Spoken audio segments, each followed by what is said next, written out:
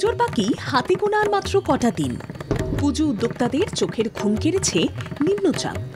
কিন্তু ঘুম কাড়লে কি হবে? নির্দিষ্ট সময়ের মধ্যেই শেষ করতে হবে পুজোর প্যান্ডেল, মূর্তি স্থাপন করতে হবে নির্দিষ্ট সময়েই। তাই সব ভ্রুকুটি কাটিয়ে উঠেই যুদ্ধকালীন তৎপরতায় চলছে প্রস্তুতির কাজ। উল্টোডাঙ্গার কবিরাজ বাগান এবার তাদের ভাবনায় নিয়ে এসেছে সুড়ঙ্গে মেট্রো। কবিরাজ বাগানের পুজো প্যান্ডেল প্রাঙ্গণে গেলে কবিরাজ বাগান মেট্রো স্টেশন থেকে মেট্রো চড়লেই পৌঁছে যেতে পারবেন সাবেকি মায়ের মূর্তির সামনে। এই মেট্রো দ্রুত গতিতে গঙ্গার নিচ দিয়ে ছুটে চলবে চতুর্থী দিকে পুজোর কদিন। উদ্যোক্তারা জানাচ্ছেন, দর্শনার্থীদের বিপদের কথা মাথায় রেখে কলকাতা পুলিশের নিয়মাবলী ও দমকল বিভাগের নিয়মাবলী মেনেই তারা তৈরি করেছেন এই সুড়ঙ্গ।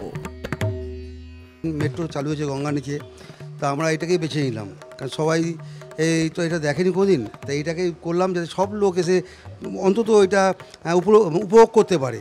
এবং আমাদের পুজোতে এখানে প্রচুর ভিড় হয়, তারা যদি নাও যেতে পারে কিন্তু এখানে এসে পুরো মেট্রোর যে গঙ্গার নিচে মেট্রোটা এটা সুন্দরভাবে উপভোগ করবে। তার সঙ্গে আছে হাওড়া ব্রিজ আর সাবেকি প্রতিমা, দক্ষিণেশ্বর মন্দির, পুরো এখান দিয়ে আপনারা উপভোগ করে যখন বেরোবে আমার তো মনে হয় তার মনের যে দেখার যে ভাবনাটা পরিপূর্ণ করেই বেরোবে।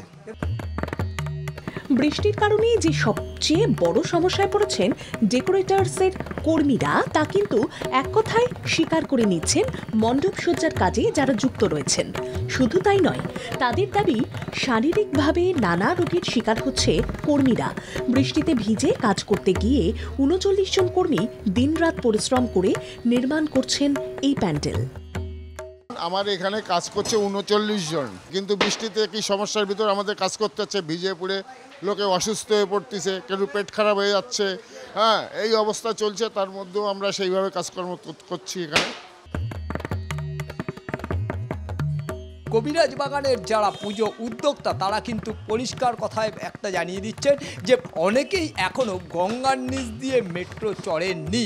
উপরে গঙ্গা, নিচে মেট্রো, আর সেটা চড়ে মাতৃমূর্তি দর্শন, এই স্বাদ নেওয়ার জন্য কিন্তু দর্শনার্থী ভিড় জমাবে কবিরাজ বাগানে। আর সেই কারণেই কবিরাজ বাগানও প্রস্তুত। আগামী চতুর্থীর দিন থেকে তারা খুলে দেবে পূজা মণ্ডপ, যাতে দর্শনার্থীর ভিড় কিছুটা হলেও হালকা করা যায়। ক্যামেরায় সৌমেন ঘোষালের সঙ্গে বিমান চক্রবর্তী, বাংলা জাগো।